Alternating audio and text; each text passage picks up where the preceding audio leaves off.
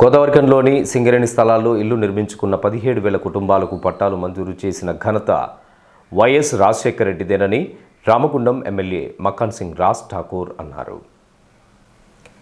పట్టణ కాంగ్రెస్ ఆధ్వర్యంలో సోమవారం స్థానిక మెయిన్ చౌరస్తా వద్ద దివంగత ముఖ్యమంత్రి వైఎస్ రాజశేఖర రెడ్డి 75వ జయంతి వేడుకలను ఘనంగా నిర్వహించారు.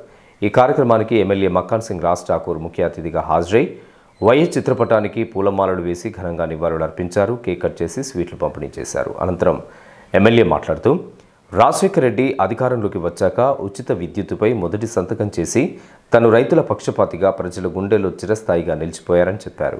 ఆరోగ్యశ్రీ, కేజీ టు పీజీ, ఉచిత విద్య, ఇంద్రమ్మ ఇల్లులు, అభయహస్తం, మహిళలకు పావళ వడ్డీ రుణాలు, 108 అంబులెన్స్లతో పాటు సింగరేణి స్థలాల్లో ఇల్లు నిర్మించుకున్నటువంటి 17,000 కుటుంబాలకు పట్టాలు ఇచ్చిన ఘనత మహానేత రాజశేఖర రెడ్డిదేనని కొనియాడారు.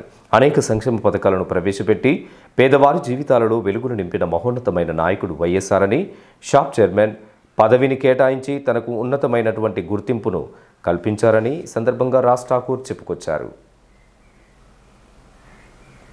పట్టణ కాంగ్రెస్ అధ్యక్షులు తిప్పారపు శ్రీనివాస్ నేతృత్వంలో జరిగిన ఈ కార్యక్రమంలో నాయకులు బొంతల రాజేష్, మాంకాళి స్వామి, కాల్వలింగస్వామి, దీటి బాలరాజు, బొమ్మక రాజేష్, చిక్కుల శ్రీనివాస్, ఎండి ముస్తఫా, కొలిపాక మల్లయ్య, గట్ల రమేష్, కొప్పుల శంకర్, యుగేందర్, నజీముద్దీన్, పంజా శ్రీనివాస్ తదితరులతో పాటు అధిక సంఖ్యలో కార్యకర్తలు పాల్గొన్నారు.